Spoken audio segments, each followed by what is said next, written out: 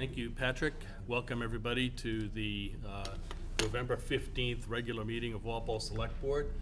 It's past 7 o'clock, our posted time. I call the meeting to order. Let's stand and recite the Pledge of Allegiance. I pledge allegiance to the flag of the United States of America and to the republic for which it stands, one nation, under God, indivisible, with liberty and justice for all.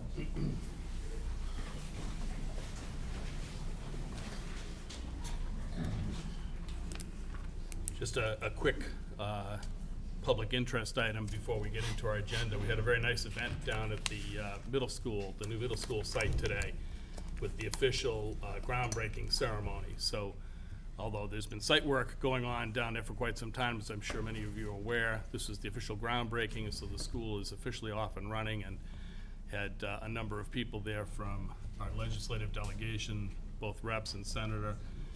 We had people from the MSBA, obviously a lot of people from the town, so a very nice event. Our first order of business tonight is a public hearing for the tax classification and determination of the residential factor for the tax rate for the upcoming year. What we're going to do is we're going to open the public hearing on schedule. We're going to defer discussion for a little bit because Ben is at the school building committee meeting, as is Jack Fisher at that school building committee. They're taking a number of important votes this evening, and so we're going to wait until they finish those votes. I would expect that to be 10 minutes, 15 minutes, something like that. So when they arrive, we'll then begin the discussion, but I want to open the public hearing on time as posted. So could I have a motion to open the public hearing? Motion to open the tax classification public hearing. Seconded. All in favor, please say aye. Aye. 400. So we will now put that on hold, and when Ben and Jack arrive, we'll then pick that up. So our next order of business is Parker Elmore, Odyssey Advisors, and I think we've got them on the Zoom with us to talk about the OPEB actuarial audit review. This is a review of our OPEB account and how things are evolving there. We do this every year and want to make sure that we have conversation around that so that people can see how we're continuing to go attack the OPEB issue. So Jim, anything that you would add to that before we? No, this is something we do every 2 years. We currently have just around 8 million or so in there. After, I'm sure Parker's numbers don't reflect the town meeting vote that was recently taken last month, but we currently have about 8 million in there. Obviously, our liabilities have gone up a bit, it was significant, but Parker's going to get into that and weigh in some of the factors as to why they've increased. So I'd like to hand it off to Parker, and if you're okay with that. Yeah. So Parker, can you hear us? I hear you fine.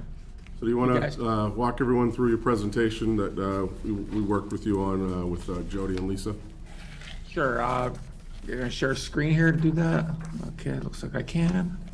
Let me pull that over here so I can see it. And go back to the share screen button so I can find it. All right. And let's see, screen one.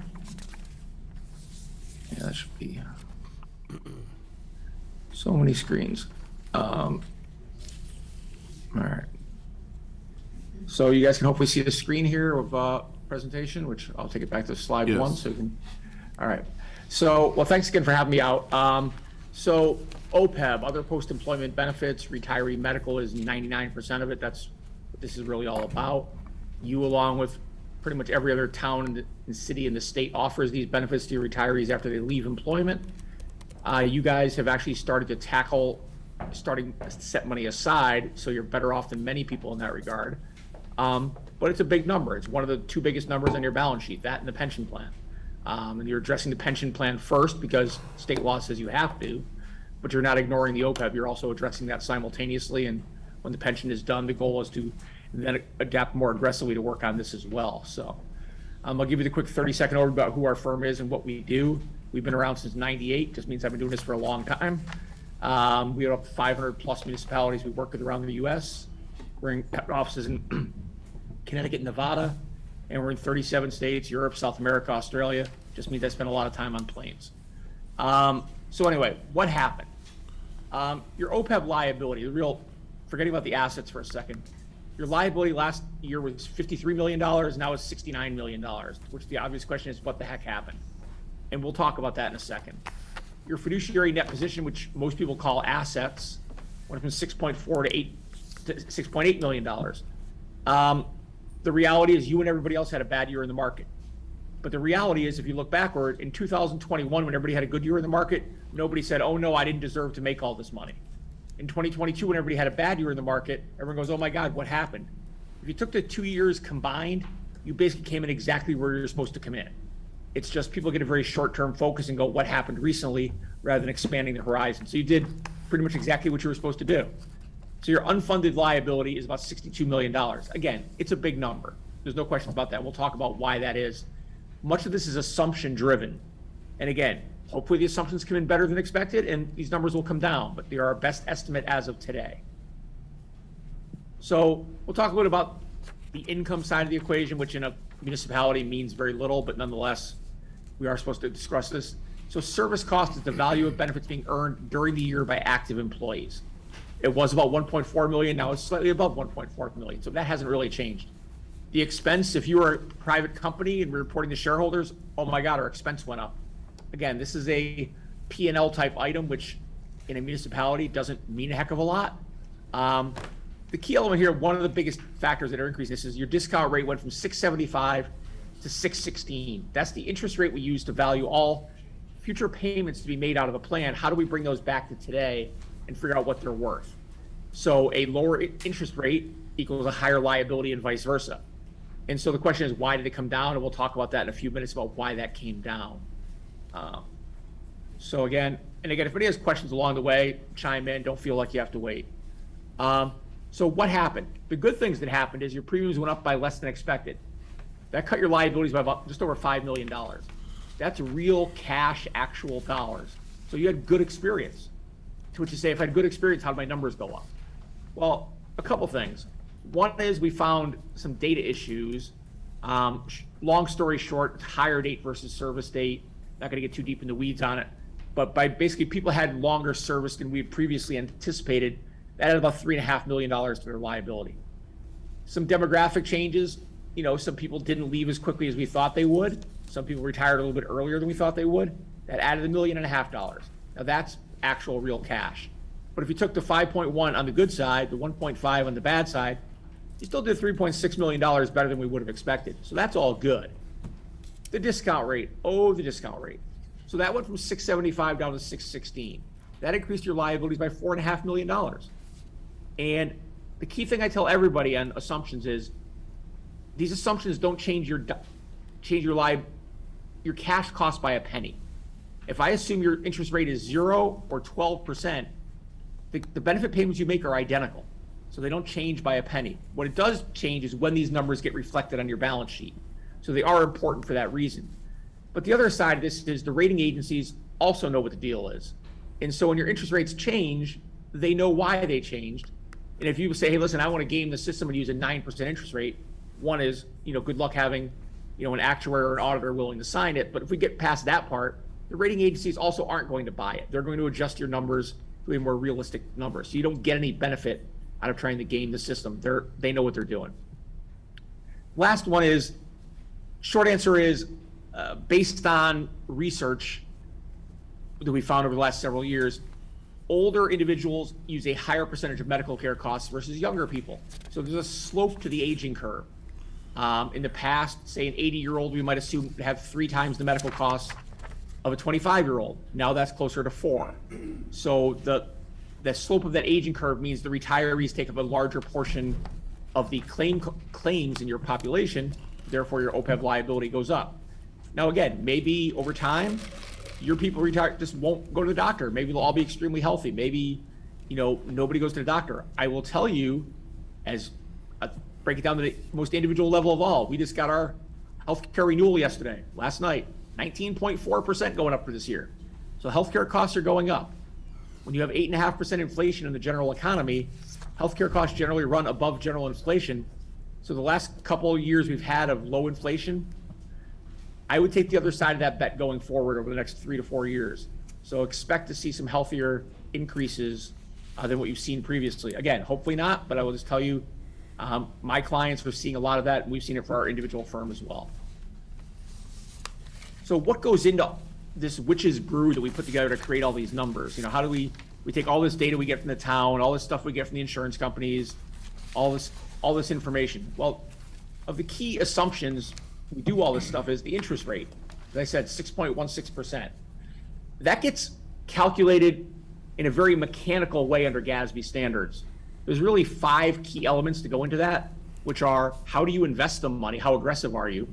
How much money are you setting aside every year? How much money do you currently have? What do municipal bond rates look like? And how much money are you expected to pay out every year? In your case, the main driver is how you invest the money. You could be more aggressive. You could say, listen, I want to, go crazy, and I want to put it all in private equity and real estate and some very aggressive investments. And you could bump up your discount rate. However, in a bad year like in 22, that means when you're being more aggressive, you will lose more money. In the good years, you will make more money on average. So if you're more comfortable with a little more volatility, you can do that. And that would help to lower your liability and increase your discount rate. But you just have to be aware of the risks you are taking. The termination rates: what's the probability that Joe or Mary, who get hired by you, that they stay employed every year? If they make it all the retirement eligibility, what's the probability they retire in a given year? If they retire, what's the probability they elect healthcare coverage? What's the probability they elect it for a spouse?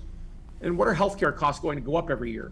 We've been assuming 4.5% a year on average is about where we expect. I will tell you, recently after your valuation came out, we've adjusted our forecast going forward to more like, I think it's 8% for next year, then grading back down to 4.5, or I want to say 5 to 6 years. So in the near term, we are expecting rates to go up above this number. Somebody have a question?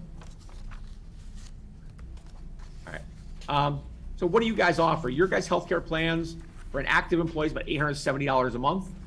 Fairly average. You're not being crazy here. I guess you're not going, giving away the store. You're not gold-plated healthcare coverage. You're very, very much in keeping with your peers. Your Medicare supplement plan, which is really what drives the numbers on OPEB. Your plan of $351 on average, that's pretty much right in the center of where we see most OPEB, Medicare supplement plans. Now, there are things you could do. Let's face it, the reality of the situation is prescription Medicare supplement plans are about 80% of your liability. Of that, the biggest portion is prescription drugs. So you can certainly, cut the prescription drug plan, and guess what? You will save money. But that's a benefit cut, let's be honest about it. So there are things you can do there. There's also something called Medicare Advantage plans.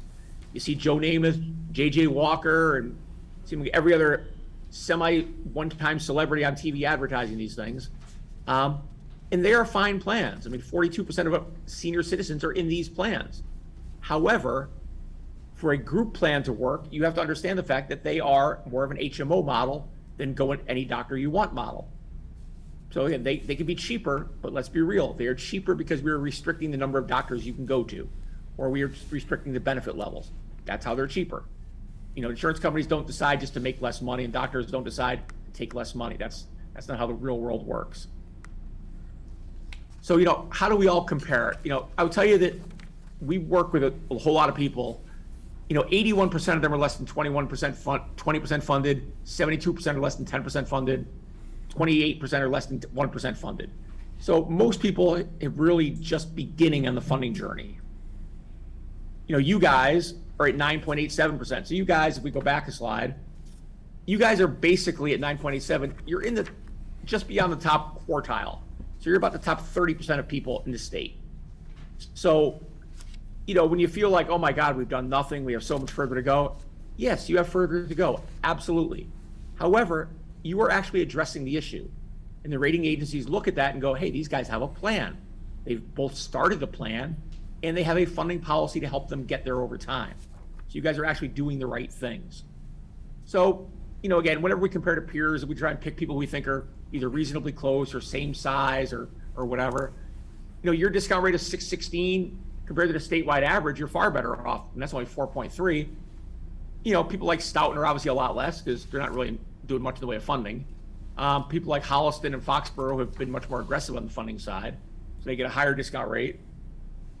And others, they end up with a higher discount rate, which has to do more with the fact of either they have a more aggressive investment policy, or they have very few retirees, very few future payments coming due.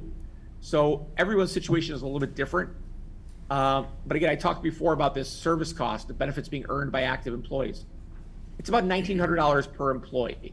So if you think about it, Joe or Mary works for you and they make $50,000 a year, just to take a round number. They're also getting another $1,929 a year in what I consider like deferred compensation that will be payable as a medical benefit in retirement. So when you think about how much money they really cost you, you got to factor in this $1,929 of medical benefits. Again, you guys are at 9.87. Again, the statewide average is a little higher, but the median, forgetting about the average, the median is much lower, as we saw in the last slide.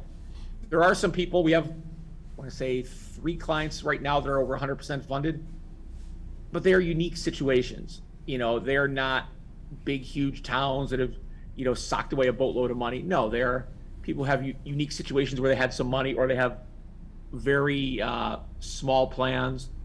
So again, and your guys' benefit payments cost you about $4,600 per retiree. The statewide average is about $6,300. So again, you guys, could you do better? Of course, everybody can do better, but you guys, again, have really managed your plan well. You know, I think you guys are certainly doing the right things. You know, a lot of people want to see, you know, who's costing me the most money by department. Not surprisingly, you know, guess what? Police and fire have the highest service cost per individual, which makes sense because they retire the earliest and have the shortest working career. So therefore, they have to accrue their benefit over a shorter period of time. You know, your town employees in your school, very close. DPW, obviously, you've got some younger people in there. That number is weird, probably the easiest way I can phrase it.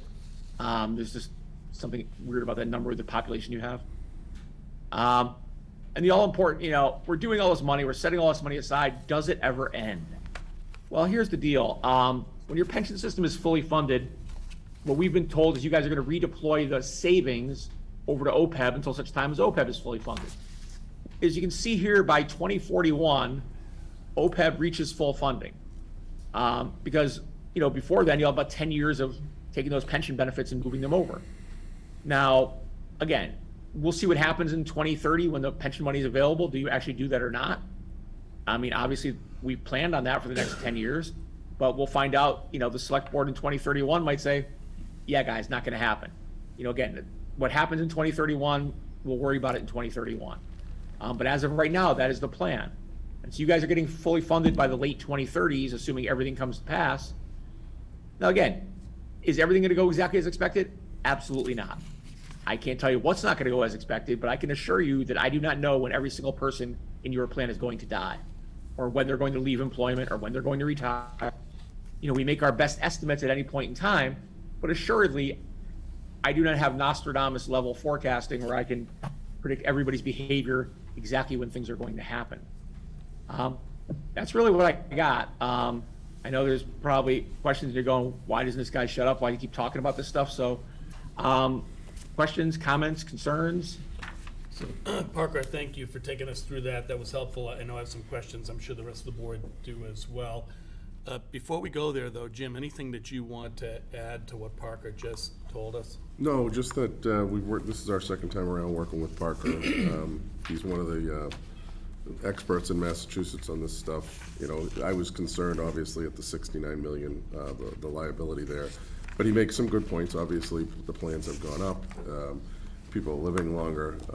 And he put me at ease after running through this presentation with me last week, because the sky was falling type of thing when I initially just read through this. But I think if we continue down this path, which we're going to talk about this in 2 weeks with the FinCom and the school committee, as he just said, we're on track to have this fully funded. We have a plan in place that's been in place for almost 5 years now.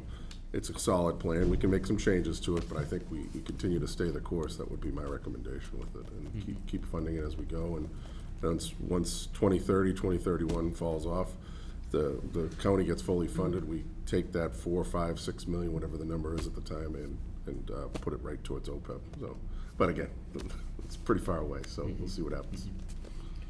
Yeah, that all makes sense. I have a couple questions that I'll just start with Parker. So I was a little bit concerned about the first point you made around the 3.5 million change. And it sounds like it's because we're using a date that wasn't the right date to calculate the number of years that someone who works for the town and what they're eligible for.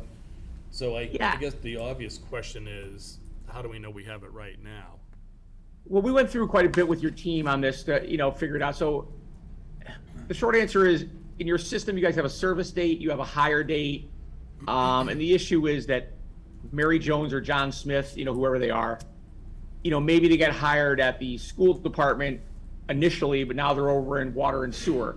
So the hire date in the system might be because that's when they started at water and sewer, versus the service date goes back to when they first started with the town and the school side. So once we're able to figure out that this other date existed, it goes back to the original date of hire, data is never going to be perfect. I mean, let's be honest about that. But I think the data is a lot closer to where it needs to be than it was 2 years ago. I mean, your team did a really nice job of, working on that and cleaning things up. We went back and forth a couple times. So, I won't say that there will never be another, cleanup, but it's not going to be in the $3.5 million range. It's going to be in the tens of thousands or hundreds of thousands of range. Yeah, and so, again, the question I've got though is, how do we know that we have it right now? So you said you went through a lot of cleanup, and how confident are we that we actually have it right now? We didn't have it right before, to the tune of 3.5 million. How do we know that we have it right now? Yeah, I don't know that you didn't have it right before. I think the issue was more of the fact that this other field, we were not aware of its existence / use. So now that we know that this field exists, that you guys track this other date, we feel much more confident now, because in the past, generally from our viewpoint, we see something called hire date. We believe that's the date they were hired. And now that we realize that you guys and some other communities do the same thing, we found this up in another town a couple of years ago, is that the hire date represented when they get hired in their current job, not when they get hired by the town. So you guys use service date for that field. So now that I said, I feel pretty confident that you guys, now that we know how you guys use these fields, that we're in pretty good shape on that. Are there other elements of the calculation that rely on town data that we should be concerned about data quality? No, I mean, again, the auditors look at the data we provide. So, I mean, if I look at, I actually did a white paper on this for the auditors a little earlier so they could, kind of teach the auditors what they should be focused on. Because a lot of times I had a conversation with the auditors about a year ago, and I looked at what they were focused on. And their guys, those aren't the things that drive numbers. So, things like date of birth, very important. Date of hire or service date, very important. Are they going to cover a spouse, when they're in retirement? That's important. Are they going to be eligible for Medicare in retirement? Very important. So those are the kind of things that we really work with you guys. And we, every time, we get the data from you guys, and we're going to look at it and say, hey, participant X is 68 years old and they're in a HMO Blue plan. How come they're not in a Medicare supplement plan? We reach out to you guys and say, hey, is there a reason for that? Are they not eligible for Medicare? Maybe they were a teacher hired before 1986 and they're not eligible. So we want to validate that there's a reason why these things are happening, because those are the things that really drive the numbers. So we really focus on, from the data standpoint, what drives the numbers. And so, again, now that we know about that hire date issue versus service date issue, we've addressed that problem. Date of birth, again, if you told me systematically that you guys, your date of births are all off by 5 years, yeah, that would be a major problem. But your auditors are validating that information when they grab the census file from us and they select 10, 15, 20 people to sample. So they are looking for that kind of information. So I don't see any real other issues. I mean, the biggest other issue would be are you people either not giving us everybody who's eligible for the plan or giving us people who aren't eligible for the plan? And that's, again, something that we, every time, really try and stress as we go over these things, because, if, hey, you have 700 people on this evaluation, and next time you have 1,100, and I see this all the time, I'm always reaching out going, hey guys, your population went up by 40%. Does that make sense? They go, no, that doesn't make sense. And they're, well, the file you gave me said it does. So we go through a lot of those kind of things to validate about where did all these people magically come from, or why aren't all the people here that should be here? You're not giving me people who, for example, waived coverage, but they still very eligible. So, we spend a lot of time on the data, because the data is what drives everything. Yeah, I mean, that's obviously very important, so I think, Jim, we probably need to start asking that question about, you know, are there any other areas where we could have a data quality issue, like the one that they found here, the higher date and service date? Because, you know, we're making a lot of decisions based on the data, and we need to know that the decisions we're making are correct. Sure. So my next set of questions will go into your actuarial assumptions. Yep. And not that I want to go bore into each one of them, but it's a general question about when we think about any one of these assumptions or all of them, Yep. they could be right, they could be wrong, they're assumptions. Yep. And they have a cumulative or additive impact on each other. Yep. Do you run any kind of stress scenarios on these assumptions that says, you know, how do we think about upper and lower bounds on, you know, where any one of these assumptions could actually go under? Sure. I mean, we've seen in the last few years periods of great volatility in the markets. We're seeing it Yep. with the interest rates now. We've seen it in things like public health. We see it over and over and again. And these things that we at one point didn't think could happen are happening. Yeah. And so what I'd be really interested in is how we're looking at this from a stress scenario point of view. And, you know, and that's both lower and upper. Yep. And making sure that we're comfortable that we're, you know, as we think about under really bad scenarios, what does worst case look like? Yep. And that'd be what we'd be most concerned about. So I guess that's the question is, do you stress test these assumptions? Yeah, so to your question, I mean, so the key assumptions, for example, the discount rate is 6.16%. In the report, we'll show you if the discount rate was 5.16%, what do the numbers look like? If they're 7.16, plus and minus 1%. For the healthcare trend, we're assuming on average premiums go up by 4.5% a year. We show you, well, if they went up by 3.5% a year, what does that do? If they went up by 5.5% a year, what does that do? So we're testing both the healthcare costs and the interest rates. What do those do to your underlying liabilities? Certain other assumptions, you know, aren't really as stress tested, to use your language, as much, because they're really tested at the state level. Because your guys' experience, this is what I run into with every town, they go, well, you know, it's either our people are healthier or our people don't really terminate employment that years, they'll work until 65, or, you know, whatever the issue may happen to be. And the issue we have is that the state does, at PARAC, as part of their work, they do statewide studies of mortality. What's the actual experience of when people, how long people live? When do people terminate employment? When do people retire? So we're really leveraging off the PARAC studies, because those are Massachusetts-wide for all Massachusetts municipal populations. They have a much bigger database of stuff. And it's also, here's the other reality, it's tough for us to argue that, hey, I think I'm smart and I have a better retirement assumption than PARAC does. Well, that's great. The problem with that is, on your retirement plan, you're using a different assumption. So then we're going to say that, well, for retirement purposes, they terminate employment at one rate, but for OPEB purposes, they terminate at another rate. That just doesn't really logically make sense for both the audit community and the rating agencies to think, is somebody trying to game the system here if we're using different sets of numbers? So for those more demographic assumptions, we're going to mirror the pension plan. But the more healthcare specific assumptions and the interest assumptions, yeah, those definitely do get, you know, stress tested, and those numbers are disclosed in the report and in your audit.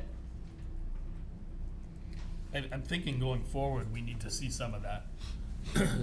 I would like to know what our worst case exposures are under different scenarios. So Yeah. we have a number here, the 69 million that or whatever the number was that we're working with. That's the number we're working with, but Yeah. what could it be under a worst case scenario? 100%. And again, those numbers are actually in the report and in the financial statement, but as an example, I'm just going to pull up something here as we're talking. Plus minus 1%. Oh, let's see here. Easier if we go to the actual report itself. Come on. Get the screen so I can see it. All right, so.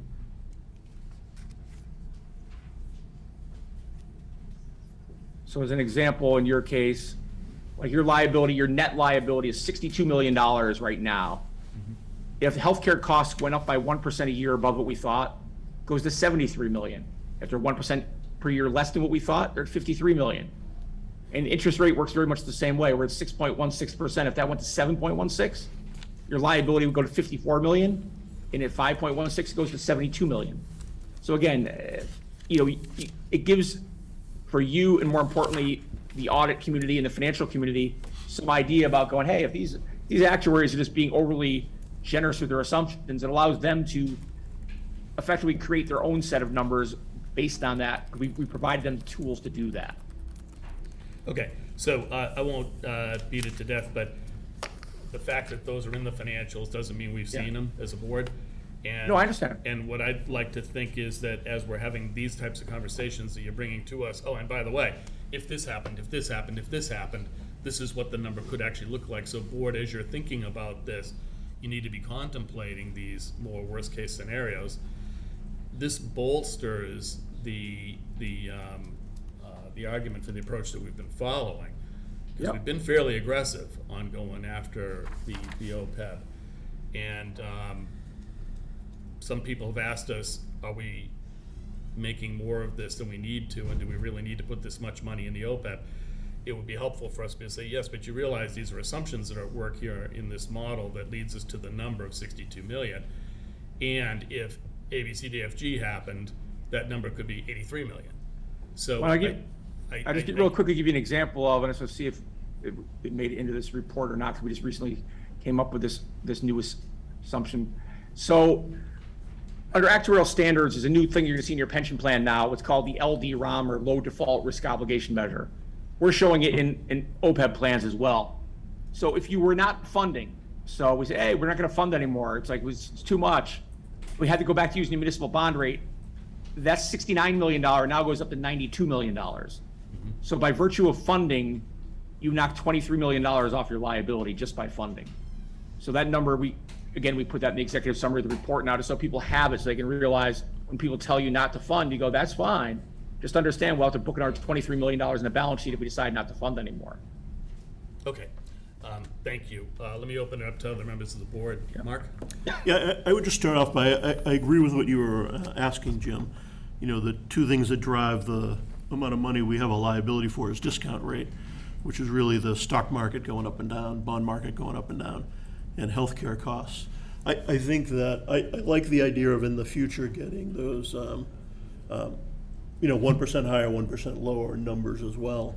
Yeah. But I think it points out that we have a good plan, we are funding, and with steady funding, we will get there eventually. The other point that Jim brought up is that at some point when the county is fully funded, then the money we're paying into the county to get them up to full funding, we can then use ourselves to pay down our OPEB liability. And if you look at this chart that we have, you'll see that, out there about, I think 14 years from now, the county will be funded, and then all of a sudden we start making a huge improvement every year. So I think we're on the right track, we're doing the right thing. And, I think we should hold to that policy. Thanks, Mark. Ben? I'm all set. I really appreciate the information. It's a lot of good data. I think it's important to go over this in a public setting every year, so I appreciate that. Thank you, Ben. Glenn? Yeah, no, just my observation is that the 6.16% return rate is really, to me, the driver of fiduciary net position and going up. And so the more money we get into that sooner, the more it could work for us and get us more returns. So right now we have $6.8 million working for us, and that's good. That's 6% of that will help us in addition to the money we're adding to it.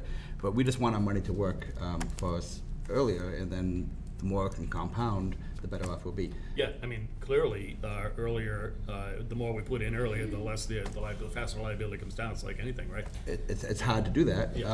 Well, it is. But Yeah. but the money today is worth more than the money we put Totally. in tomorrow. Yeah. So it's an observation. Okay, thanks. Ally?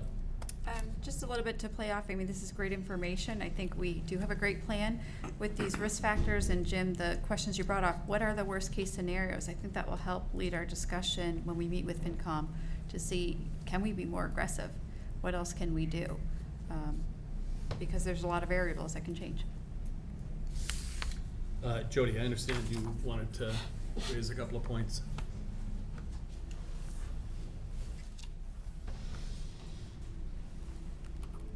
Hi, thank you. I just wanted to comment about the service dates and that kind of thing. What happened was the data was compiled, it was sent off to Parker. His crew looked at it and gave us some preliminary numbers, and they were outrageous. And we knew right away there was a problem. So we have new sets of eyes, both Lisa and I started, going through it, and we pulled in another staff member and identified employee by employee what the issues were and made all the corrections. So now we're faced with updating our Munis software. We're actually going through an upgrade, and once that upgrade is complete, then we're gonna go back and go into all the employee files within Munis and make sure everything is corrected. So just wanted to let you know that. So that's really helpful, and Okay. what I would ask you to do while you're doing that is put some kind of a control process in place. Of course. That ensures that, the data as it's coming into the platform, that it's accurate. Right. Again, my point is that we're making decisions based on this data. It's very important that the data be right. Yes, I agree. Okay. Thank you. And I would just say quickly in relation to that, this is something a lot of communities struggle with, because in the past, on the pension stuff, the data, things like higher dates stuff are handled at the retirement system. So a lot of communities didn't really focus on that kind of data. It wasn't really that important. In the OPEB context, it is important. So a lot of communities have these data problems because it wasn't data that really mattered for their purposes. And all of a sudden, we're saying, oh, we need all this data. And they go, well, in the last 20 years, we haven't been keeping this data. So, Jody and her crew and Lisa and the whole gang have really done a really good job in terms of getting that stuff together. And the other real quick thing I would say is, with the individual who was just speaking a few minutes ago about contributions and money earning earlier, the basic formula we use on pensions and OPEB and all these things is, it just sounds very, very, very basic. Benefits plus expenses equal contributions plus earnings. Well, the benefits are pretty much, you can't do a whole lot about. The expenses are a very minor number. So it's really contributions and earnings. So do you want to put more money in, or do you want to earn more money? That's the only way you solve this problem. And so, again, the earlier you get money in, or over time, the more money you can earn by being more aggressive, if you so choose, that's how you solve this problem. Now, again, it's easy to say, it's a basic math problem, simple. I don't have to go to taxpayers and ask for money. Thank God, not my problem. But still, I get it, it's hard. And the problem is, you want to be aggressive to earn the money, but on the other hand, you don't have to go back to people and say, hey, we lost 12% in the market last year. So it's a difficult job, I get it. But those are the kind of things you have to think about over the next 10, 20, 30 years of how you grow your way out of this hole. And again, as I said at the beginning, you guys, I think, are doing a really good job. You have a really good plan. You just have to stick with it. And again, in 15, 18 years, you've dug out of a giant hole. Because in reality, these plans should have been funded over the last 40, 50 years. They weren't. That's unfortunate. But here's where we are today, and you guys are doing something about it. So, I think you guys are doing a good job. Yeah, okay. So a couple of things that I think are takeaways, because we've got a lot more to cover tonight, and I want to move us along. So I think we talked about testing some of the scenarios and bringing some of that kind of discussion into future conversations around OPEB, so that we have a better sense of the what-ifs. That's one. Number two is the data quality issue, and making sure that we've got data that we can count on. Again, we're making decisions on this data. To your point on early contributions, same earnings rate means more earnings. You also said early contributions at a more aggressive rate means more earnings. It could also mean a lot less. And our position would be much more tipped towards safety than trying to play the market or take on additional risk. I don't know who says it, but somebody on some commercials, just don't lose the money. Well, that's important when you're talking about this kind of stuff. Yeah. So I would say that the lever that we would be pulling there is probably not one to say we're going to move to more risky bets to try and bring the hole, close the hole quicker. I think it's more about being consistent in the way that we apply monies into the OPEB process. And if in any given year we have an opportunity to put more into it, we should do that. The final point I'll make is on the Norfolk County pension. When that comes to fruition, that'll help take this down quite a bit too. So I think net, we're on the right track here. I just want to make sure that we are getting, I think, better intel on, Yep. you know, the data in these conversations and, you know, the what-ifs. 100%. So is there anything, Jim, that you think we need to be doing from a guidelines point of view? Right now, I have forgotten the exact thing that we do, but I think it's 2.5% of the first 2 million. 2 million. We have a guideline that says put that toward OPEB. Then anything over that, I believe it's 7 or 7.5%, over that first 2 million. And that's something that as I mentioned last night, I expect to come up in 2 weeks. And, Okay. you know, with everyone there, it's the time to, if you want to change or increase the guidelines, then that's the time to do it. Okay. Okay, good, then that's what we should do. Okay, anything more for Parker before I close this out here?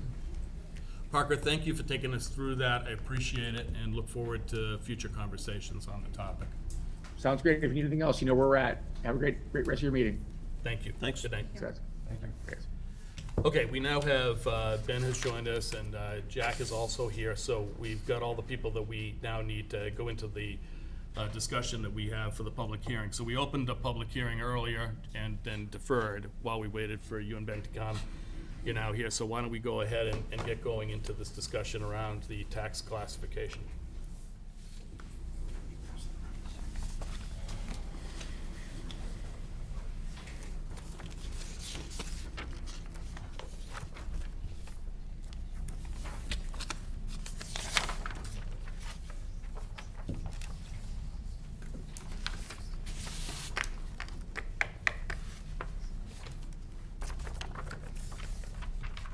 Well, thank you. Thank you. I'm losing my voice a little bit, so I have to listen a little carefully. We're here for the classification hearing. Again, it's a pleasure to meet with you. This is one of the last steps in what is really a year-long process. We have the full bench with us tonight. We have Dick Zaccaro and Denise Ellis from the board. And from the office, we have Dennis, our Director of Assessing, and who recently joined us, Jennifer Fiore, as our Deputy Assessor. So any questions that you may have, that we'll be happy to answer them as best as we can. What I just passed out to you is kind of a little bit of an introduction to what's going on. Technically, what we're here tonight is to make a recommendation to you, provide you with data so that you can make a decision on what's known as the residential factor. But I think that most of the people that are watching this on TV and sitting in this room, the big question is, what are you going to be paying in taxes? That's really what they want to know. And so your annual tax rate is basically what your assessed value is. I'm sorry, your annual tax bill is what your assessment times the annual tax rate. Very simple. But how do these factors get involved? How do these factors get determined? What's involved? And it's a long process. For example, for the assessments, okay, this is something that we start doing based upon values from last year, sales trends from last year, and then we look at what the valuation is as of at the beginning of the calendar year. And we've started this process almost a year ago, okay? And it's determined by the Board of Assessors, but it is very carefully scrutinized by the State Department of Revenue. We just don't go in and say, bingo, here it is. They come in and they take a look at us. They'll actually go out and spot check us, work that we've done in the field and so forth like that. Okay, your residential tax rate, how is that determined? Well, there's multiple factors that go into that residential tax rate. Key thing is, what's the budget? What are we gonna spend? And that's a determination that started a year ago when the budget started getting put together at the department level and working their way out, all the way up through the town administrator, FinCom, and ultimately to be determined by town meeting, because it's town meeting that makes the determination, what are we gonna spend? Okay? Then we get the total assessed value. That's something that's something that's the responsibility of the Board of Assessors to determine that, again, verified by the state. And then finally, it's this meeting tonight to decide on the residential factor. You have, as a matter of policy, can go ahead and shift some of the tax burden from the residential property owners to the commercial property owners. And that will go ahead, and these three things, what the budgets, assessed values, and the residential factor, go into determining what the tax rate is. And that's ultimately the end of what I say is a year-long process. And so you have, at the bottom here, you have some of the things that have happened over the course of the last couple of years. I'm gonna skip that because we'll go through that as we go through the package. I can, if you want, walk through the whole package, all 35 pages, line by line by line, but I don't think you really want that. So I'm gonna kind of point out some highlights, and then we'll get to the key pages that I think everybody's really interested in. Right at the beginning, it talks about the residential shift. Ever since 2.5 has been in place back in 1980, so it's over 40 years. An option for towns, cities and towns in Massachusetts has been to shift some of that tax burden from the residential property owners to the commercial, industrial, and personal property owners. Walpole's done that since 1990, so we're almost into 30 years right now on that. On page 5, what you see is the effect of the shift on tax rates for different kinds of properties. For example, the residential, what's happened is with the current shift, all right, the amount of taxes paid by residential with no shift would be 87.72%, but currently at the levy limit of what it currently is right now, it's 84.34%. And so you can take a look at that if you want to. Moving on to page, And Jack, before you go off of page 5, because I think this is one of those pages that is, important for us to, focus on, particularly the top part of it. So with the current shift of 1.275%, it is true that that reduces the residential side of the equation. And with that current shift, the average single family saves $372, correct? that's correct. That also means that on the commercial and in the industrial side, there's more that's paid by them. And with the current shift, the average commercial, I think is increased by 4,842, correct? That's correct. And industrial would be the 3851. 3851.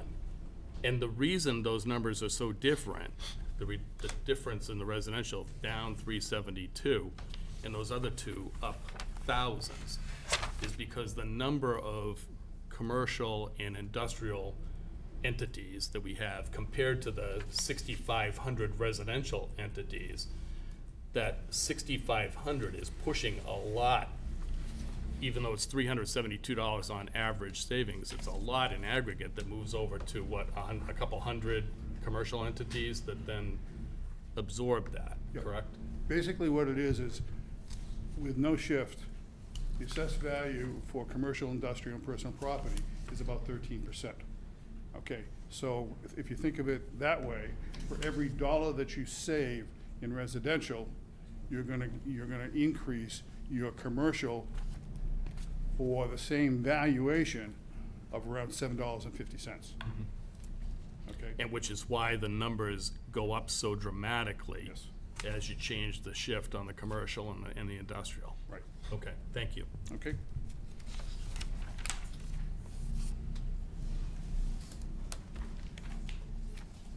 If you go to page 9, we talk a little bit about new growth. Massachusetts general law allows us to take into account new growth as increasing the levy above 2.5%. Now, this isn't just growth in value because of inflation, it's because of true construction costs. So for example, if you go ahead and someone goes ahead and rips off a deck and builds a garage, then what will happen is there will be new growth associated with that because there is an increase in value because the garage is worth more than the deck. And so we have, I don't know what the number of building permits that we have in town, but I think it's somewhere close to 1,000 over the last year. So you can see that on the residential side, there was a significant amount of new growth, everywhere from someone replacing a deck by a new porch to where there's a brand-new house. There has not been too much, there has been some, but there's not been too much commercial and industrial construction along that line. And so this basically lays it out. New growth for this fiscal year was 1.103 million of additional tax revenue. It's broken down. Residential properties accounted for about 45.6 million of that. Commercial and industrial, 11.7, and personal property, 11.3. So you can see that the new growth was significantly higher on the residential side. And so when you go ahead and say, well, what is gonna be our tax levy, what's gonna be our levy limit next year? It's what we paid this year, plus 2.5%, plus any overrides, plus new growth.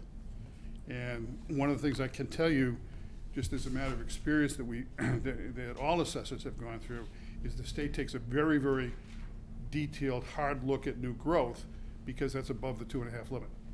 So it's something that they look at very carefully.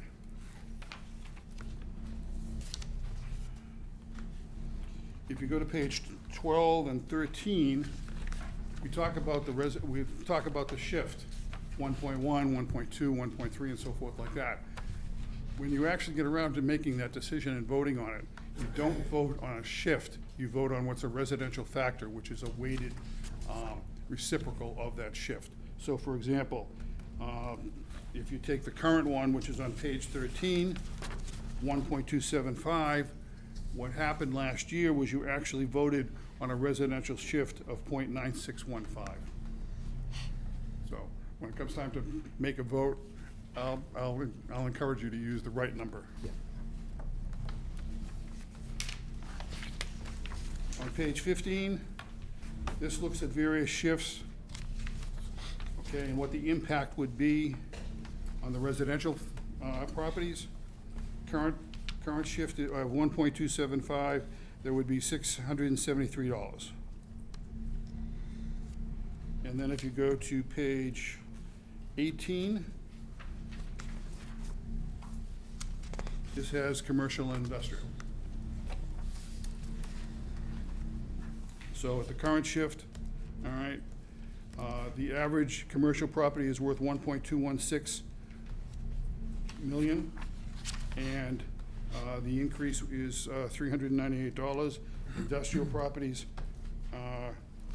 $967, 572, and it's 671.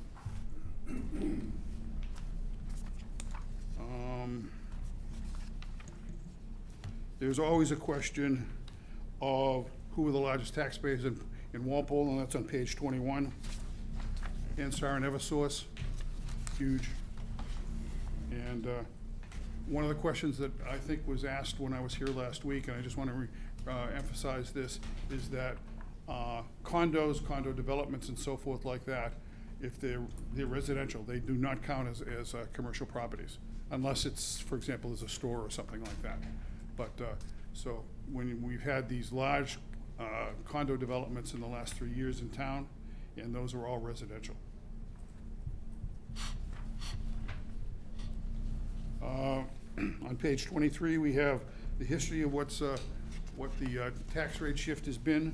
As I said, it started back in 1990. It was the first year we had the shift, and right now it's been at 1.275 since 2014 for 8 years.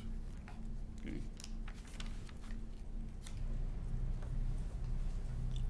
One of the things that we try to do each year is to come with you for a recommendation for the shift. We had a lengthy discussion about that at the board last week. Obviously there's pluses and minuses to whether you go up, go down, or stay the same. However, after a lot of long discussion and looking at all the data, at this particular point in time, we're recommending a small increase to 1.3. That seems to, where we've been at the same rate since 2014 for 8 years right now, it seems to be that a time where we could start to move up a little bit. The thing is, you don't want to move up too high because it's almost impossible to back it down. It's very expensive on the residential side if you try to back that off. There have been a couple of towns in the area that did that. Westwood did that because they were up well over 1.5, and the impact of the residential side was very, very hard. So our recommendation is that you might want to consider the 1.3. So if I take you back to page 5 and the numbers we talked about earlier. So the 372, the 4842, the 3851 with the 1.275 shift. If we move the shift to 1.3, which is your board's recommendation, what does the 372 turn into? That'll be up on page, I believe page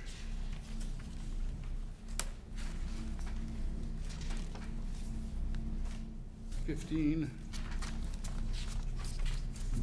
So 1.3, what had happened is your residential will go from 673, your average residential will go down from, sorry, let me say this the right way. The increase would decrease from 673 to 640. On the commercial and industrial,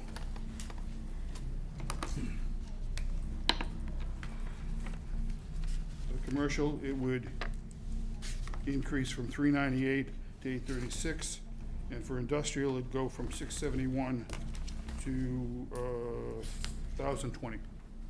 That's Could you on re- page 18, Jim. Could you repeat the commercial increase again?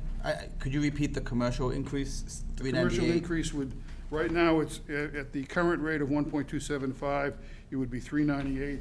If it were to go to 1.3, Glenn, it would go to be 836. Got it, thank It's you. on page 18. All right, thank you. I'm sorry, that's the amount, the dollar amount that it would increase? It would Yes. increase by $836? That's not the taxes. Right, That's what would obviously. go up. Yeah. So it would not go up by $398, it would go up by $836 for the commercial side. All right, thank you. So the trade-off here is a $33 reduction on the residential side, and then 800 on the commercial side? Or 440. Difference between the 836 and the 398. Yeah, 438, So that would so. be 440. Okay. Thanks, Jack. Okay. What I'd like to do, we're in a public hearing, so what I'd like to do is have the board ask questions of Jack first. And then what I'm gonna be doing is asking for public comment because we are in a public hearing. So let me open it up to the board for further discussion. Who'd like to go first? Sure. Ben? Yeah, sure. I appreciate, I appreciate you putting this together, Jack. You know, I feel like every year that we go through this, we say these things, but it's not always evident. So I think this cheat sheet you put together that kind of spells out the whole process from last year at this time to now is very helpful. So thank you for doing that. I appreciate it, as well as all the information in the packet, and the time that you've taken to go through it all with us tonight. I'm really appreciative. Thank you. Well, it's a team effort. Yeah. We've got a great Everybody, I'm board. appreciative of We have a great everybody. staff. It's- Yeah. Yeah. Yeah, it's important. Thank you. Glenn? I'll jump in. So I have, I kind of have a little bit to say about this, and I appreciate all the work you guys put into it. I always learn something from you, Mr. Fisher, every time you come up here, so I appreciate it. It's my second year considering, on this board while we're considering what to do about the shift. But we've been doing it as a board, as a town, for the past 32 years, because I think it's one of the more consequential things and important things we do. It gives us the opportunity to give some relief to the residential taxpayers. So we do that. We've been doing it for 32 years and consistently at the 1.275 for the past 8 years. So I think it's an important thing we do, and I'm glad we're doing it, and I support it. I'm always concerned about when we talked about those commercial numbers just now, I'm concerned about what it takes to shift $1, to save $1 for the residential side. It's a burden of $7.50 for each dollar on the commercial and industrial side, which translates, I think what you described was from a $400+ $440 burden on the commercial side in order to save $33 on the residential side. So I'm concerned because, I was looking at the number of single-family homes. It's about 7,000 in Walpole, and there's 291 commercial and industrial businesses in Walpole that have to shoulder that burden. So it's good that they're doing it at the rate of 1.275. I'm concerned about going higher than that just yet. It's worked for us for the past 8 years. I think it's really unique. What we do with the shift is unique to Walpole, and it's unique to every town around us. If you look at a town like Norfolk, they don't do a shift at all because they don't have any commercial business to shift it to. Not any commercial business, but they have a handful of businesses that would shoulder a huge burden for the entire town, all the residents. So it wouldn't work for them, and they don't do it for that reason. Whereas if you go to Needham, they have a shift of 1.75 because they have Coca-Cola and the Sheraton Hotel and Channel 5 and a number of businesses that can shoulder that burden and spread it out among the commercial tax base. So in Walpole, we have, we're not Needham and we're not Norfolk. We're closer to like a Bellingham where we have that 12 or 13% commercial tax base. So the shift is appropriate. I'm just, I'm hesitant to increase it. And as you said, it's really hard to go back down once you go up. I guess I'm comfortable where we are at the 1.275. It's not that I'm fighting for the Siemens factories of the world in Walpole, because I think they can handle it. I'm more concerned about the Beacons or Clydes or your local tailor or gymnastics academy or car wash. I think they've had a tough couple years with COVID, and my thought is we should maybe just hold off at least one more year. So those are just my thoughts. Ally? Hi, thank you, Jack. I took a lot of time looking over this packet, and this is really great, as this is my first year kind of talking about the shift.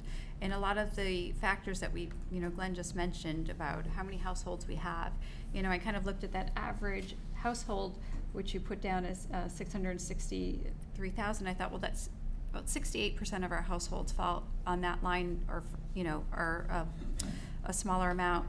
And the increase in taxes, and also took into look into the factor of we have been at the same rate for 8 years now. And what can we do moving forward? To me, a small shift seems appropriate at this time. Some of our, we're not, when you look at the whole of Norfolk County, we're not at the bottom and we're not at the top.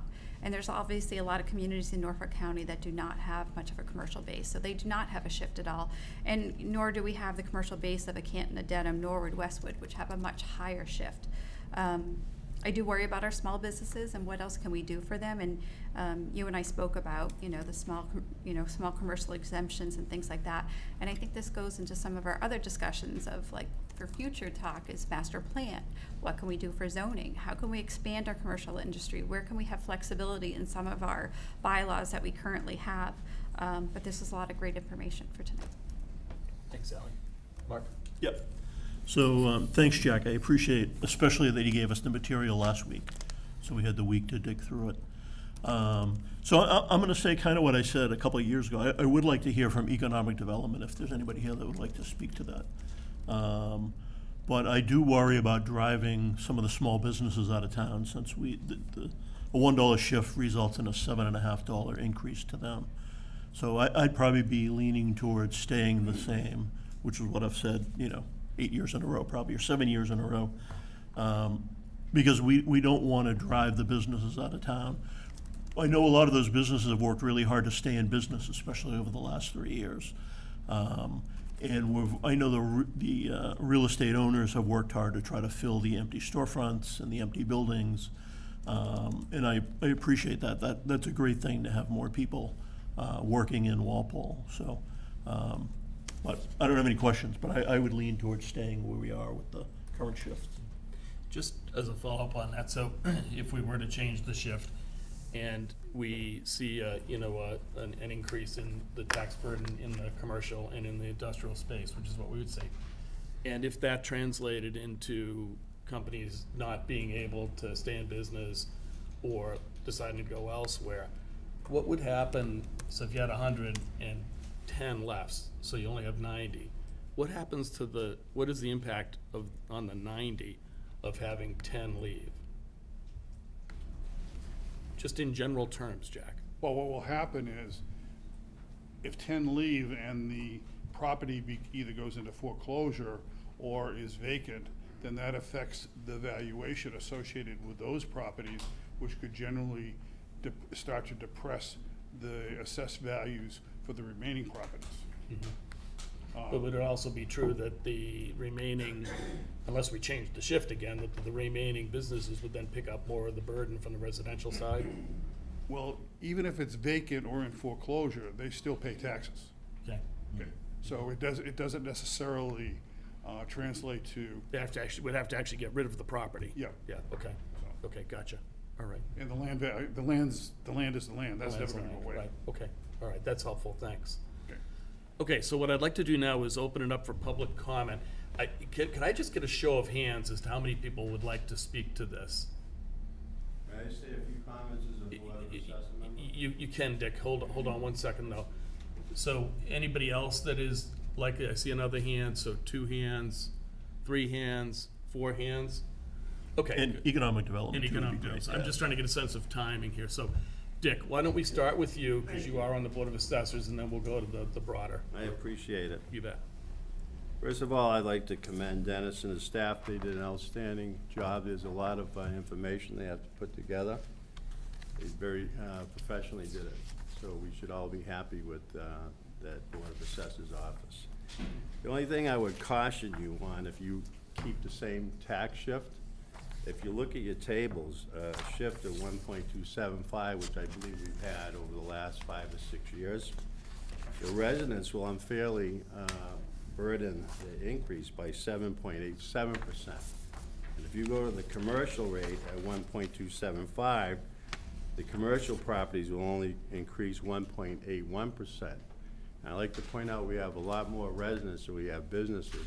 As I said last year, businesses have more options to defer the increase. They can write it off, they can pass on to the end consumer by increasing their prices.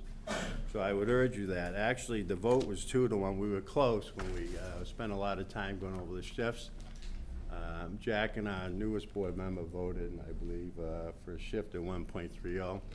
I actually voted 1.35 because I thought it was more fairly distributed between the different categories, residents, commercial, industrial as well.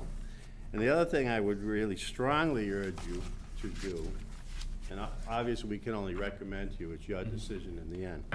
I would strongly urge you to give the seniors some sort of tax break. I know we have a work program, which I believe we're increasing now from 1,000 to 1,500, which will help people out on limited incomes.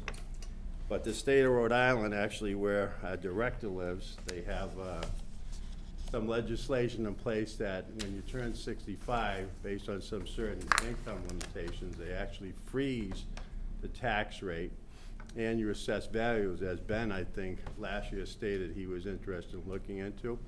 And there's a House bill right now in session, I believe it's in the 3rd reading. I spoke to a representative, DeCoste from Plymouth County, and he was telling me they're pushing it along, and most of the representatives in the State House are leaning towards some sort of a break with income restrictions, but that would allow you, as select board, through home rule petition, to adopt and implement some sort of tax breaks for the elderly. Great information. It doesn't really bear a bearing on the shift decision. No, no, right, it but is- this is just but a you side note. You raise a very good point. Yeah, And one because- that we as a board have talked about quite a bit. You'll even note that on our agenda tonight, we do have a discussion to potentially expand that work program. So, I appreciate the opportunity to allow you to speak, and Yeah. I think we put a lot of hard work into this, and whatever you decide, hopefully, you try to distribute the increase on an equal proportion, and especially think about those on limited fixed income that can't afford these increases. I mean, I know with the middle school, you get the high school coming up with some improvements, and eventually, some people will probably be forced to sell and move, which would be unfortunate, but I appreciate you allowing me the opportunity to address you tonight. And good luck on your decision. thank you, Dick. Appreciate it. Let's hear from Economic Development. So, Mark?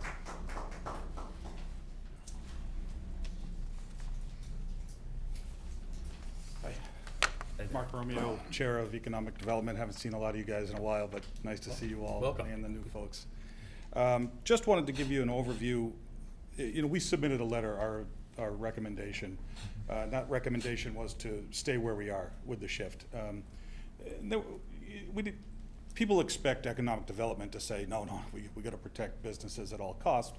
And while that is our charter to try to increase the business profile, if you will, of Walpole, we put a lot of thought into this one, not only because of the timing,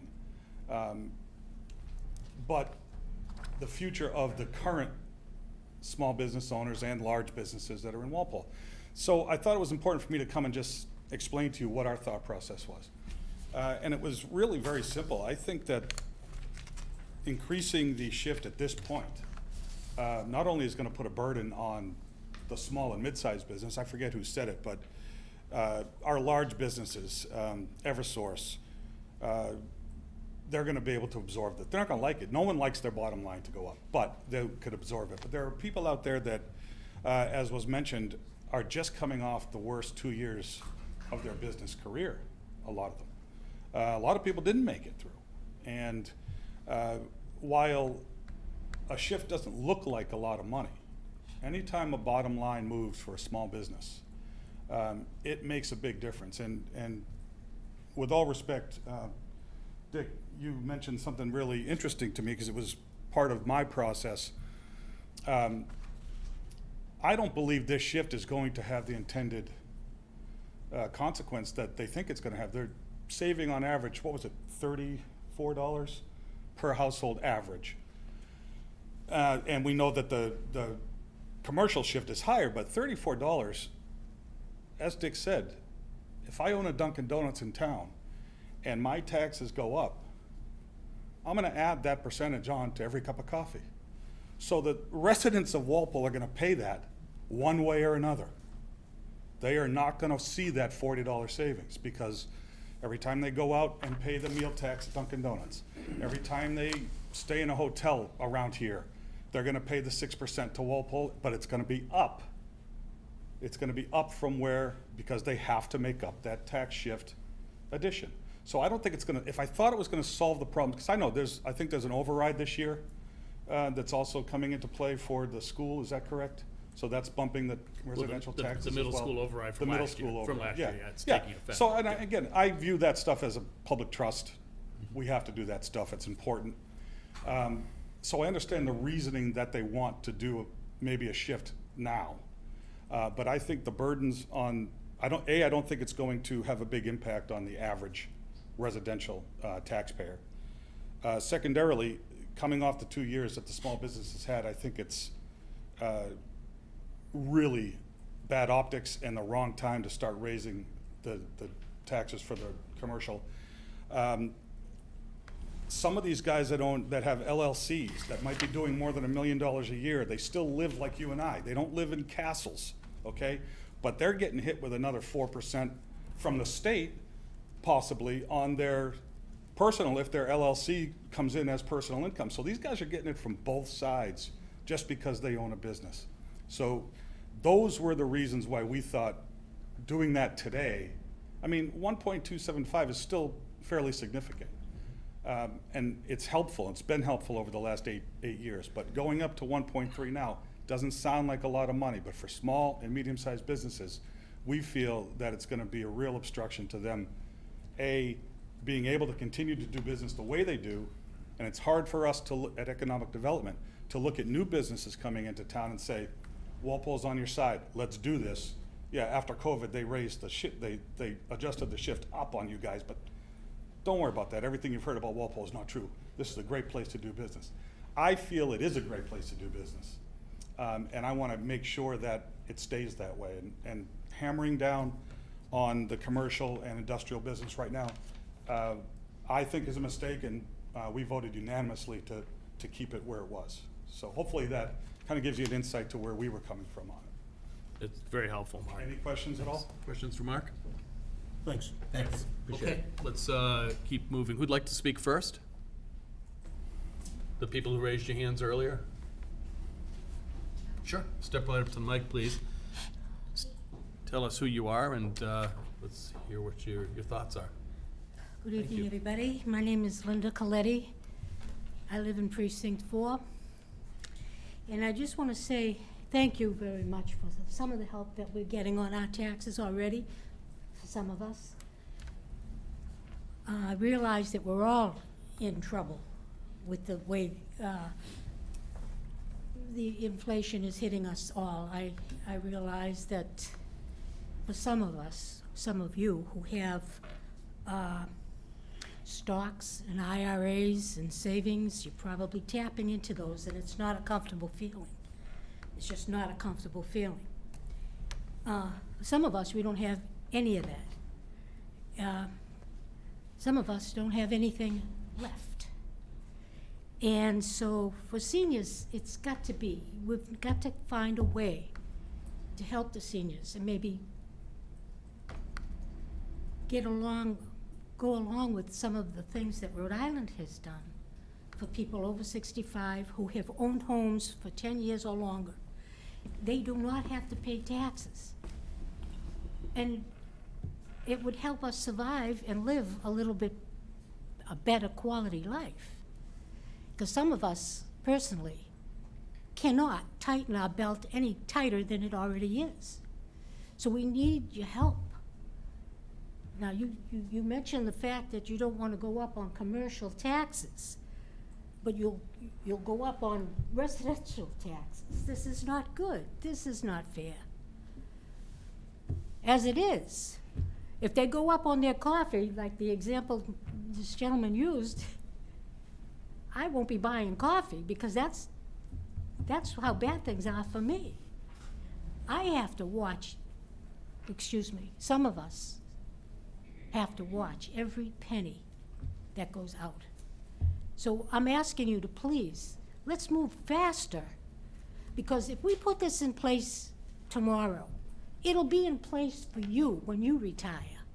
And won't that be wonderful? Because right now, and God knows how long this inflation is going to last, right now, you're digging into your savings as well.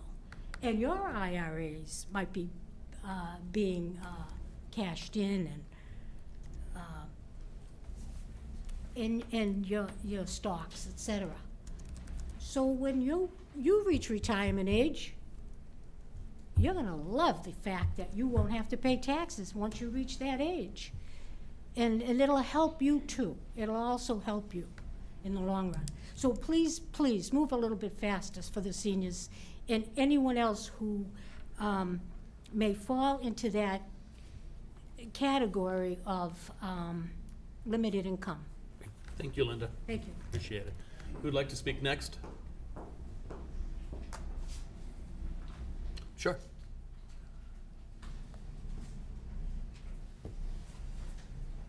How we doing? Good. My name's Henry Baker.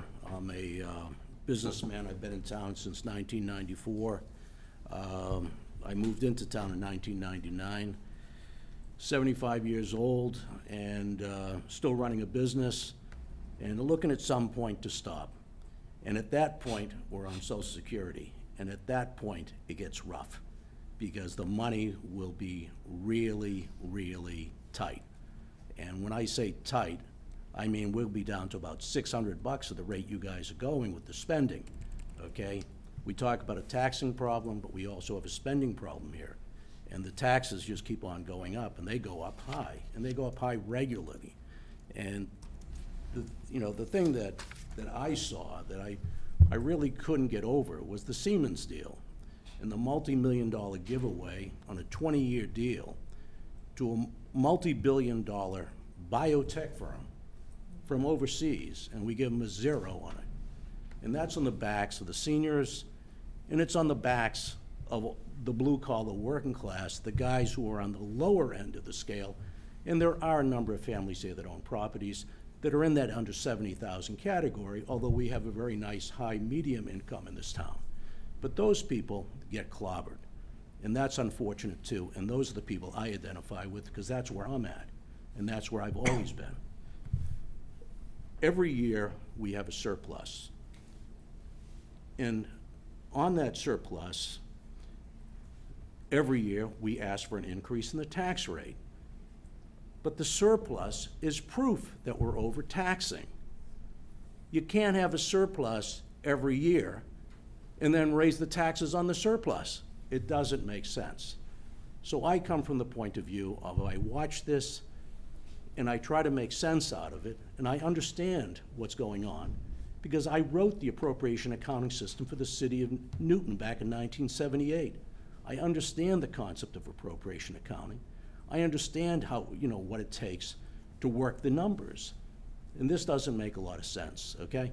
So that's my take. It's really just an issue about the heavy taxes. It would be nice to try to pull back on the spending. And hopefully, at some point into the future, we can try to do that.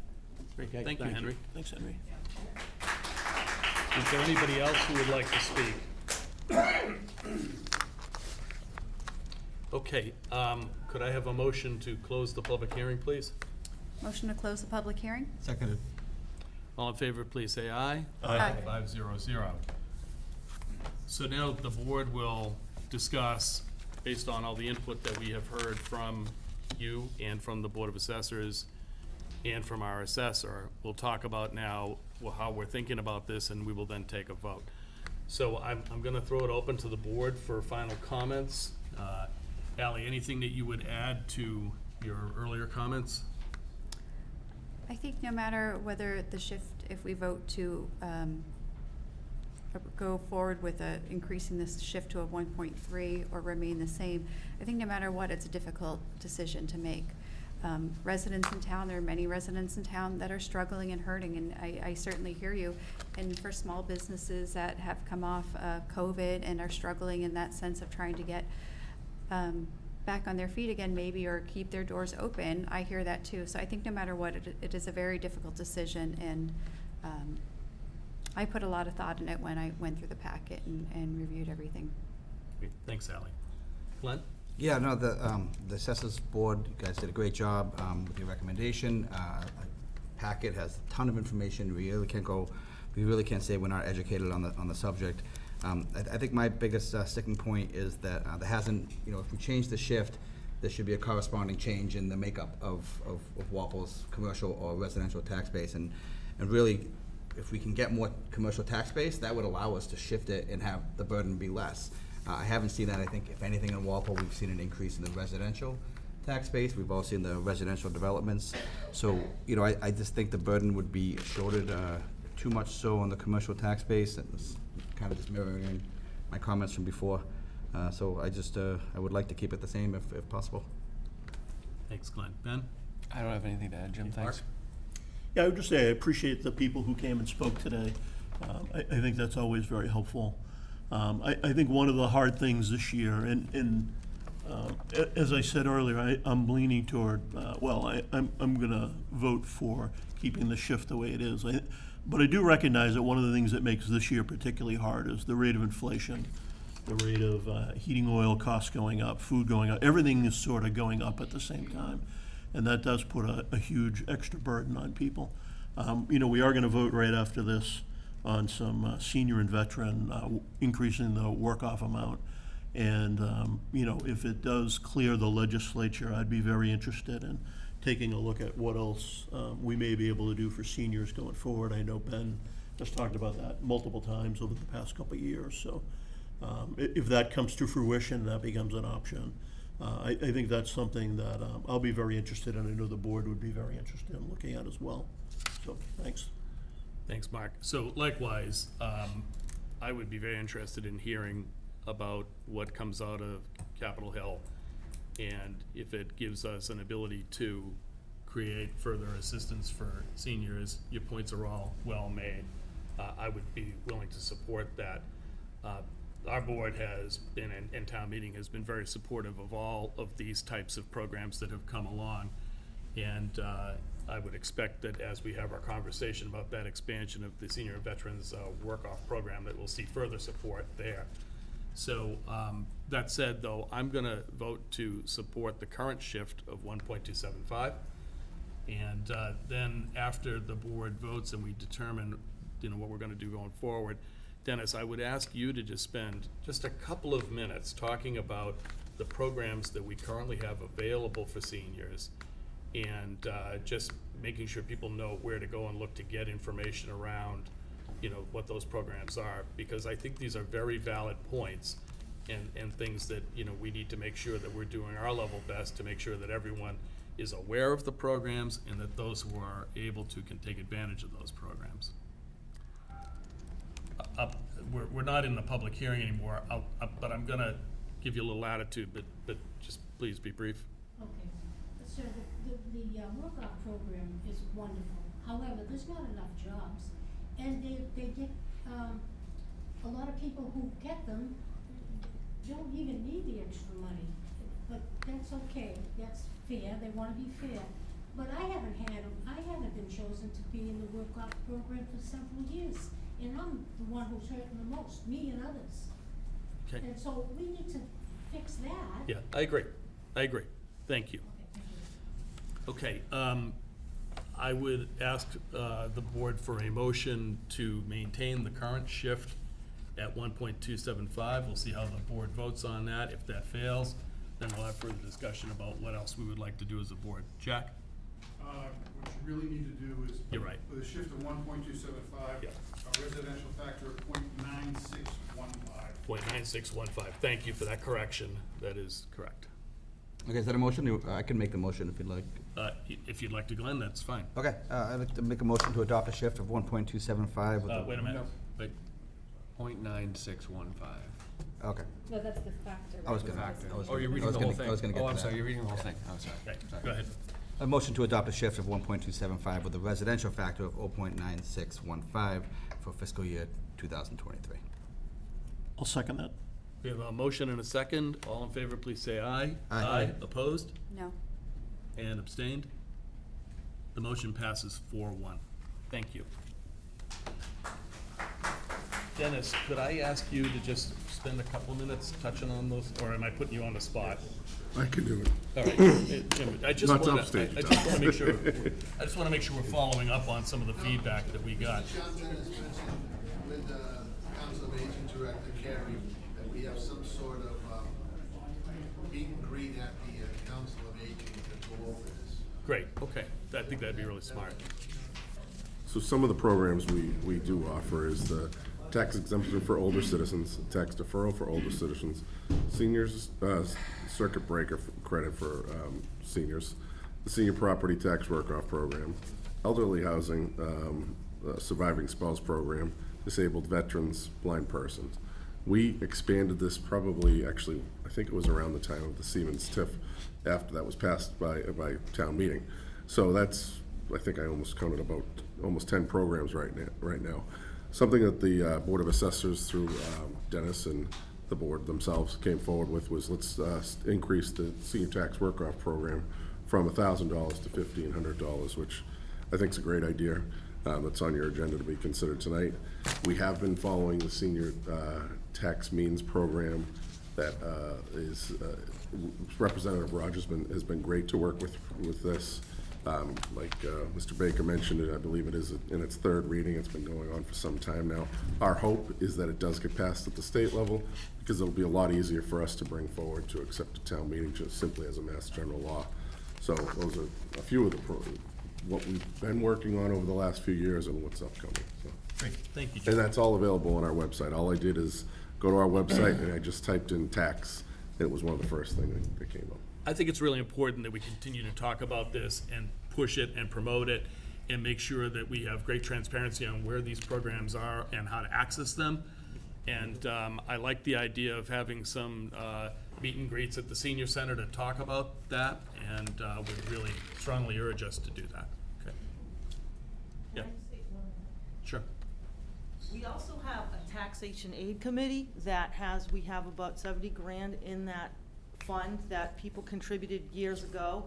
If anybody would like to contribute to the taxation aid committee, it's also a program for anybody who's eligible that they go through the assessors in our committee and they can apply for, some relief on their taxes. That's really helpful. Thank you for that.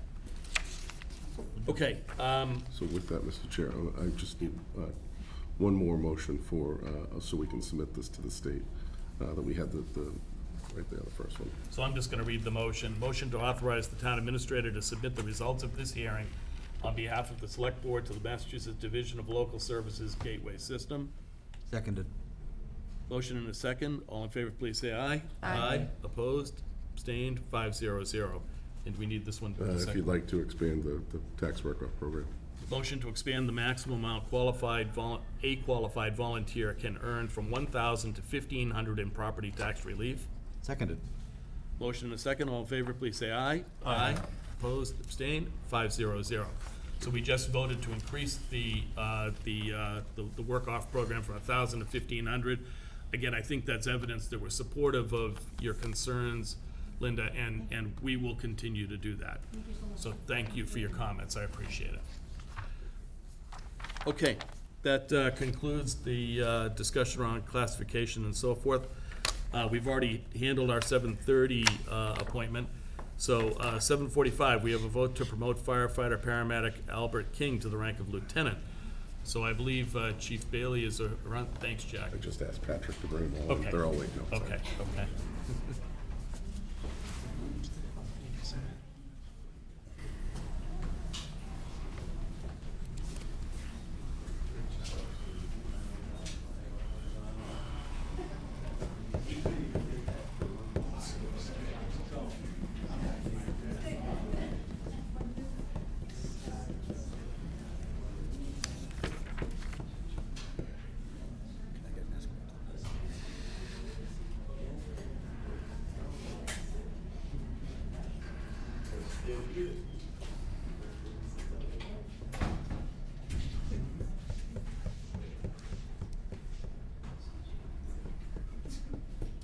While we're waiting, I'm just gonna take a couple of quick items out of order. So, under new business, number 4, vote the request of the Walpole Chamber to hold the Santa Parade. Could I have a motion on that, please? Motion to approve request of Walpole Chamber of Commerce to hold the annual Santa Parade and tree lighting on Saturday, November 26, 2022. Seconded. All in favor, please say aye. Aye. 500. Let's see. I guess the others may require some discussion. Consent agenda. Consent agenda. Okay, it looks like we're ready to go here, so.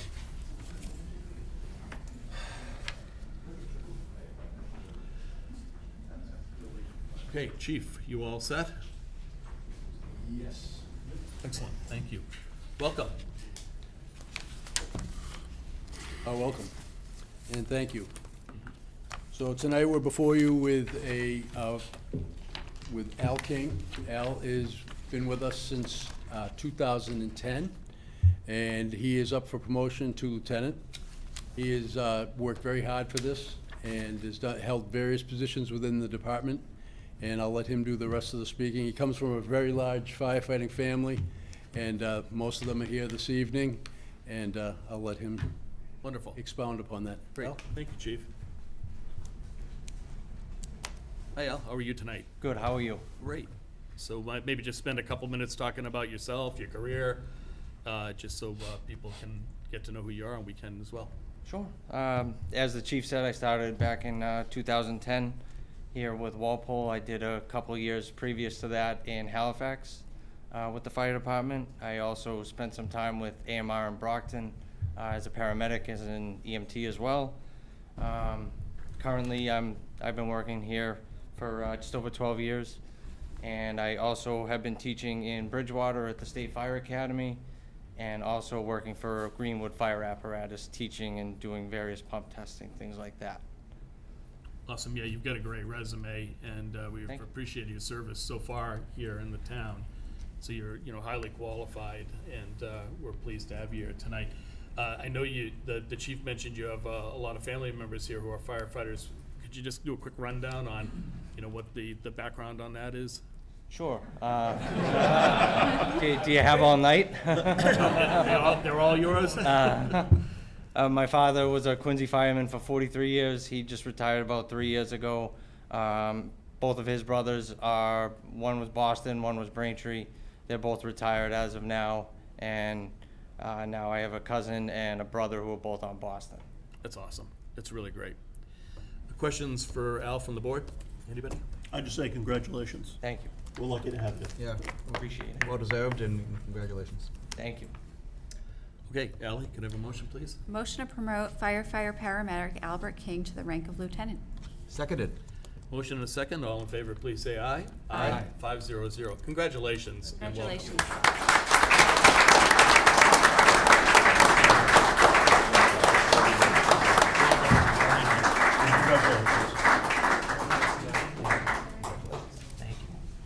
Congratulations. Thank you.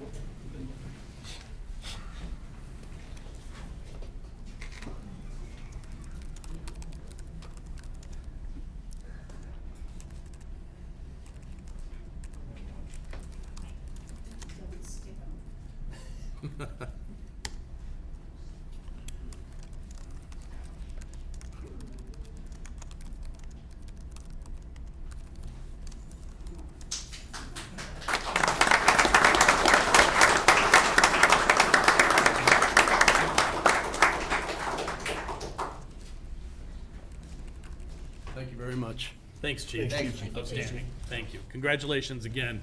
Thanks. All right, it's, our next item is open forum. We're well past our appointed time. Do we have anyone here who would like to speak at open forum? Okay, there being none, we'll move on to new business. So we have the Pulte Pennington Crossing off-site security release. Carl, good to see you. Good evening to the chair, members of the board, Jim Efer, Carl Baldoff, town engineer. The matter at hand tonight is a release of off-site security held by the board for Pulte's Pennington Crossing development. That's basically improvements at their site drive and at the intersection of School and East Street and East and High Plain. So the aggregate, there's two bonds, one for $95,540 and one for $275,000. Construction at the site drive was done in the summer of '20 at East and High Plain and School Street and East in the summer of '21. And I delivered correspondence to the town administrator. There are letters from the engineer in here certifying that these were constructed according to plan, essentially in conformance with the design. And I noted in the letter that I was there for most of this, if not all of it. So I concur with that, therefore I'm recommending the release of the securities. Everything's held up well. Lots of different issues along the way, but we're through them now, so I'm recommending release. Yeah, and thank you for that, Carl. I also just want to acknowledge your efforts in keeping an eye on that project. I know we had some issues with the roadway and other things, and you been just awesome in picking up on where those issues are and getting them fixed. So thank you for your diligence there. Thank you. I have to admit that Pulte was good, their contractors are good. There were a lot of little things and some big things that went on to make all these things work. And really, they did very well with it, so, but I appreciate the credits. Thank you. Thanks, Carl. Any questions for Carl? Can I have a motion, please? Motion to release the retained securities, the amount of $95,540 and $275,000 held by the select board. Seconded. Motion and a second. All in favor, please say aye. Aye. 5-0-0. Carl, thank you. Thank you. Next up, we have pool replacement study contract award. Jim? So this is kind of a follow-up to the discussion the board had a few months ago when you received the recreation feasibility study that reviewed all of the recreation properties. And this is just a follow-up. We appropriated $250,000 just last month at town meeting from free cash. Patrick and I have already, prior to that, we started working with Compass and now Vertex. We have obviously a long-standing relationship with them. They're able to kind of provide us with the services we need to get the ball rolling on this. And I'm happy, Brian and his team have been great to work with. They've done they pick up the phone whenever we call, which is huge. And I'd like to get moving on this so we can get the ball rolling and start spending this $250 and figure out what we're going to do with these pools. So I'd recommend favorable action to award this to Vertex companies. Any questions? Questions for Jim? I would just say, how long do we think this process is going to take? 6 months. Yeah, 3 to 6. Couple months, okay. Yeah. Great. Okay, no further questions. Could I have a motion, please? Motion to award the pool replacement study contract to the Vertex companies and authorize the town administrator to sign all contract documents. Second. Motion and a second. All in favor, please say aye. Aye. Aye. 5-0-0. We have a request from Boylston Schul Vereen for a change of officers. I don't think we have anyone here. No, it's a pretty standard request that the clubs are required to do anytime they have any sort of change in their officers. It needs to be updated with the ABCC. And as you know, no public hearing is required. All the paperwork's in order. Yeah, correct. Any questions for Aoife? Can I have a motion? Motion to approve the request of Boylston Shore Vereen for change of officers. Second. Motion and a second. All in favor, please say aye. Aye. 5-0-0. Consent agenda? Motion to accept with gratitude the following donations: Waupel Women's Club to Hometown Hero Banner Program, Friends of Waupel Recreation to the Recreation Donation Account. Second?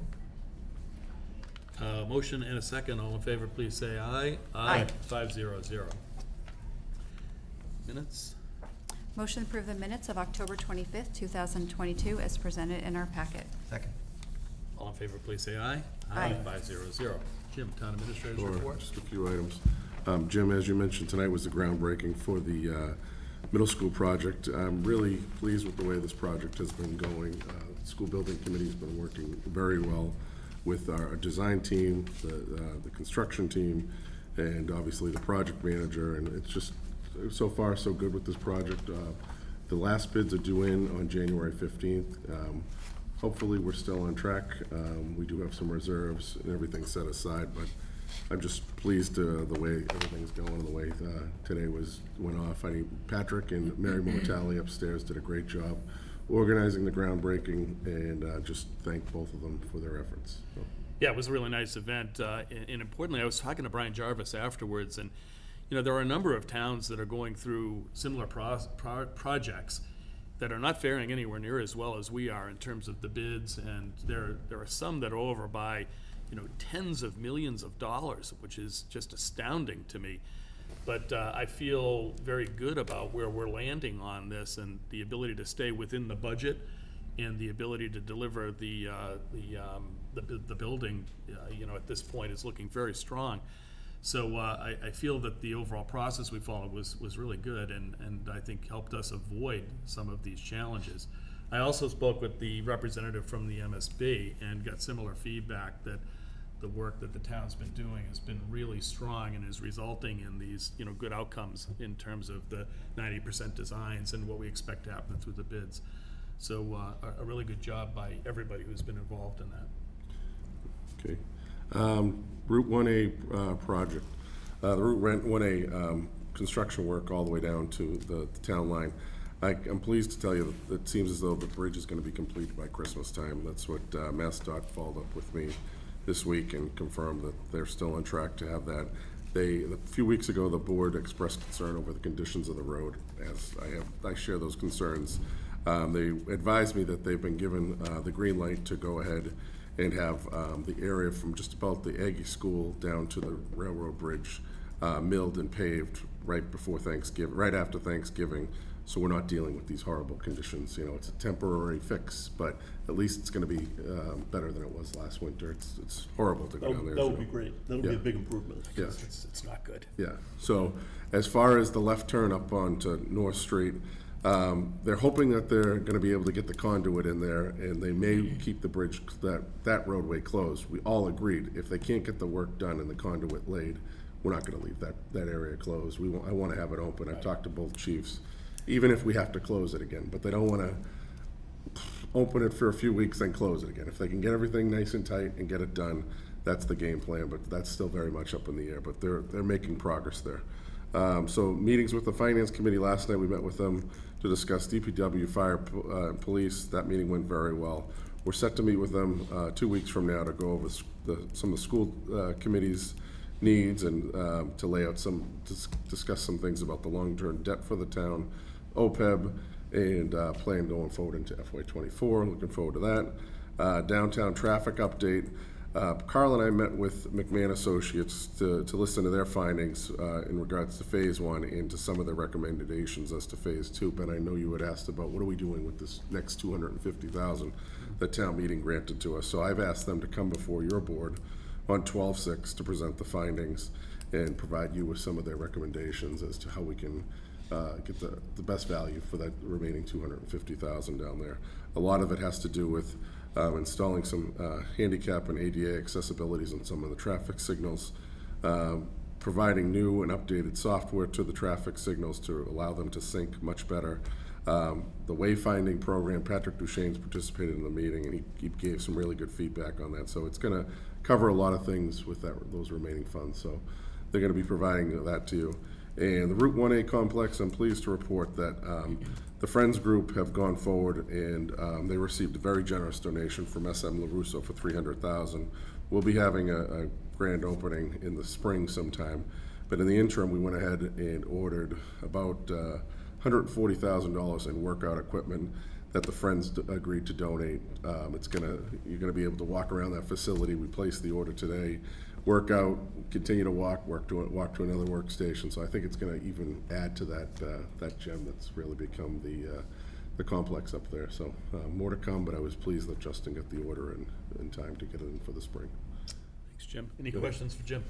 I just had a quick Yeah. one. Just based on our conversation tonight, Jim, and obviously with the chair's approval, could we send a email or a letter to our delegation specifically asking for feedback on the Senior team, tax? Already done.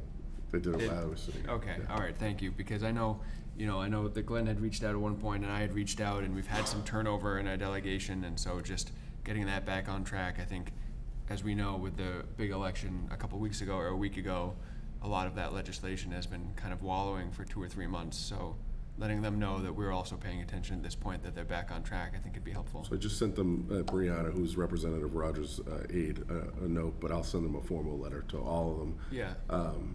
And then I'll probably send another one when the new delegation takes over in the first of the year, too. Yeah, all right. Thank you. Great. Anything else for Jim? All right, I think we're done. Motion to adjourn. Motion to adjourn. Seconded. All in favor, please say aye. Aye. 500. We are now adjourned. Patrick from Walpole Media, thank you for your help, as always, and good night, everyone.